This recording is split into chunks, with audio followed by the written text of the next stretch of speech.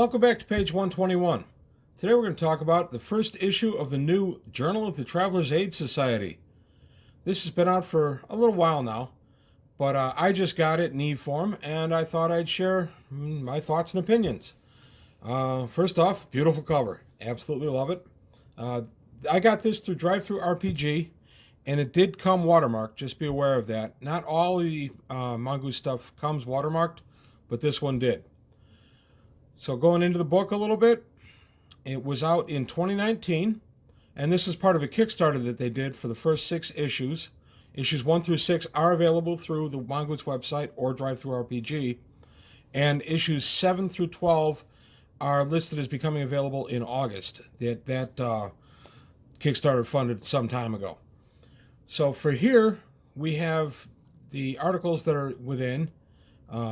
This goes about 120 pages, 119 pages, right around there. And for the authors, it lists some of the original Traveler authors because a lot of this stuff was taken directly from the original JTAS. So some of these articles are kind of slightly upgraded reprints of the originals. That's not a complaint, it's just informational. Okay, going forward, we start. Very first one is an excellent article. This is from one of the old JTASs. It's on SUSAG, a mega corporation. SUSAG is a fun one. It's one of the ones I've used in my campaign. I was pretty excited to read this again. There are a few changes here. Unfortunately, there are some typos. Mongoose has gotten way better with their editing, but there were a few typos throughout this issue. I was a little surprised by that. So we go through the SUSAG article, and then we come down to their breakdown of how their president and board of directors are overall, and then how the vice presidents and such go. Now, this is by no means how every mega corporation does it. Just like corporations here in our world don't follow the same script. But this is just kind of an interesting little breakdown for us. So here we go. How they are on the Spinward Marches, the Solomani Rim. This is a very lengthy article. I like it a lot. There's a lot of usable stuff in here. And then we come to a section, the Bestiary. This used to be a popular favorite in the old JTAS. And at least in this issue, there are still a few. Bushrunners, I do remember this from an old JTAS. Right there. Nice artwork in these. There's the Lozin. This guy right there, handsome fellow that he is. The Lugir. I'm guessing he's in a Vilani section of the universe. The Minifant. Don't really know what I need one for, but there you have a Minifant. The Tree Kraken. Because why not? I'm going to use him somewhere. And then a Tree Lion. Just a big, nasty-looking bug. So these are all good little encounters, random monsters, if you will, a la the old D&D stuff. That's what a lot of these bestiaries were good for, but they could be adventure hooks. You could find out that the Tree Lion has some kind of chemical in its body that is used for some kind of medicines or something. It's just an interesting way to maybe use him. This guy does have poison, so maybe the poison can be used as a pharmaceutical for something. The Seed Spitter, I believe I remember this guy from the old JTAS. Now we come to a vehicle handbook. This one's ATVs, all-terrain vehicles. Pretty interesting little section. I liked it. There's some nice heavy-duty ATVs here. This one I always thought looked a little bit like the one from the second Jurassic Park movie. And there's a nice cutaway view of it. And then the stats for it. Now we go to a large ATV. There she is. Nice heavy-duty ATV. And then a grav-assisted ATV. And then an aquatic ATV. Now we go to an adventure, The Ship in the Lake, on the world of Hazel, in Trin's Vale subsector, the Spinward Marches. So, pretty interesting, nice little adventure. I think this is a vintage adventure. Brought up to date a little bit. And then just how you would deal with it, and a nice little picture of the vessel itself at the bottom of the lake. And then how you would complete the mission. And then we go to Central Supply, Robot Section, Remotely Piloted Reconnaissance Unit. I am going to be adding some more remotes to my Traveler universe. It's nothing I really concentrated on. There have always been remotes, of course. But because remotes have gotten so common in our real world, I decided I'm going to put a little more emphasis on them in my Traveler campaign. So we follow the remote. That looks like the famous Dr. Ball from Star Wars / Robot Chicken. And now, Charted Space, Emperors of the Third Imperium. This starts with Cleon the First at the founding of the Third Imperium. The first of the Zenastu dynasty and first emperor of the Imperium, and then goes through all the emperors right up to Strephon. This stops with Strephon because we're in the golden age of Traveler under Mongoose. We stop around 1105. But I really like these charts. I've seen them a couple of different places, but I always enjoy them. And then we follow down here and we go to Strephon, and there we are. So nice little look at the history of the Imperium. We have a nice alien race, the Dinchia, minor humanoid race in the old Expanses sector. And then it gives us information, the history of them and where they're from and some of their ecology. There's a nice look at where in space they can be found. And then if you want to play a Dinchia, we get some information on Dinchia travelers. So if you want to be a Dinchia, this is your chance. And there's a nice picture of one. And for High Guard, we get burst lasers. Kind of neat. Just a little little paragraph there on burst lasers. Now we go to traveling smuggler's luck. So how to basically travel in the kind of the Han Solo smuggling thing if you want to do that in your campaign. Love that picture. I've run campaigns like that. They can be a lot of fun.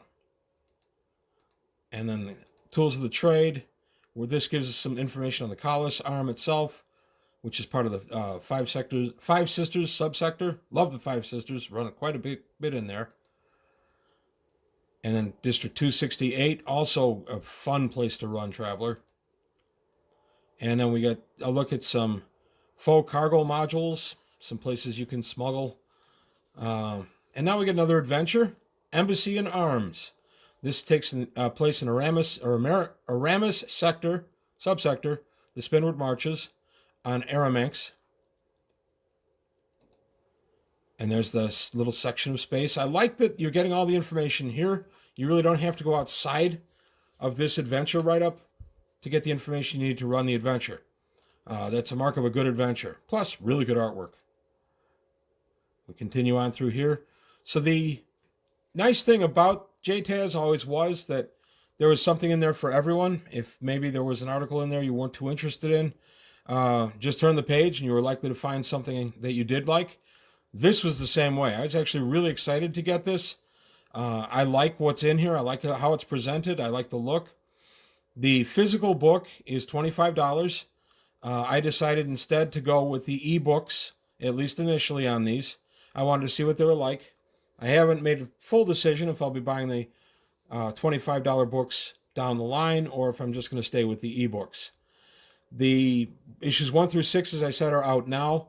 7 through 12 are coming out later this year. At $25 a book, it's $150 for the first 6. That's a little pricey. These are about $15 for the first 6, so you save, 40%. All depends on your gaming needs. Oh, sorry. Now here we go to the Charted Space Vargir Corsairs. I always love me some good Vargir Corsairs. And some information on how it works, how they operate as a unit. And then we go to High Guard. We get the Soho class light freighter, because who can't use another light freighter in their game? A little bit of the information on it. There's all the stats for it. And there's a really nice deck plan. Again, I like that you're getting everything you need right here. You can run it completely out of this. If you've read the article, it's a good way to run just a quick drop-in game. Now we go to Charted Space, a concise history of the Vilani. Love the Vilani. Very interesting. The founders of the First Imperium, the Zero Circa. I like the Vilani. They're a very interesting race. And here is a pretty good look at them. Here's Vland, their homeworld. And the stagnation of the Zero Circa, the crumbling empire, which led to the Second Imperium, the ramshackle empire under the Terrans. And we go to the rule of man, the fall of night. There's the with the Zero Circa covered at the peak of their power, all the way down to the Soleimani Rim. There's land up there. Korra's right here. So pretty neat, good sized empire. Now we get another High Guard. This is a Delphinus class starliner, which is pretty cool because this will give you a nice look at some high passage. So again, if you don't have some of the other stuff, or you're just kind of wetting your beak on some traveler stuff, this is a good place to start. You'll get a really good look at this. There's the stats on the liner itself. Nice little deck plan. This will give you a real nice idea of what Traveler is about too. So if you are newer to it, this is a great place to kind of come in and take a look. Charted space within the 2,000 worlds. The Cakri. There's not a bunch on the Cakri. I mean, there's source books and such on them. I covered one a couple of weeks ago. My point is that they're one of the less common races in charted space. So it's kind of neat to see a write-up of them. This issue is giving us a lot of information. We got Vargir, Vilani, now Cakri. Nice looking picture of a Cakri, comparison to a human. And mutant vegetarians.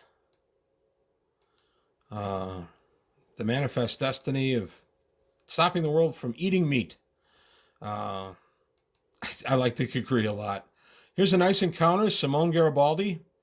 I'm assuming there will be more of these in other issues. I was surprised there's only the one here. She's an academic, so she could be a patron. She could be someone who charters your vessel. She could be somebody you're hired to protect. It's just a good character hook. Now we go to Central Supply, the weapons section, the assault rocket launcher. Because why not? We all love assault rockets. We may as well have the stats on them. And there we have it. And now we go Piracy on the Spinward Main, which a lot of players I know would treat this as a how-to book. I know my players have gone through their little chunks of Piracy.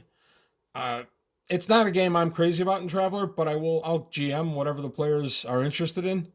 Unfortunately, I've found that the Piracy games don't have a lot of life. They tend to kind of wind themselves down after a while, at least in my experience. And here we go. Now we get another alien race, the Gurugak. They're a subject race of the Cakri. Pretty neat. They live in the 2,000 worlds. Here they are as travelers. Now we get a vehicle handbook, a light patrol vehicle. There's the stats for it, and that's what it looks like. And now a light APC, an armored personnel carrier. There's the stats for it, and there it is.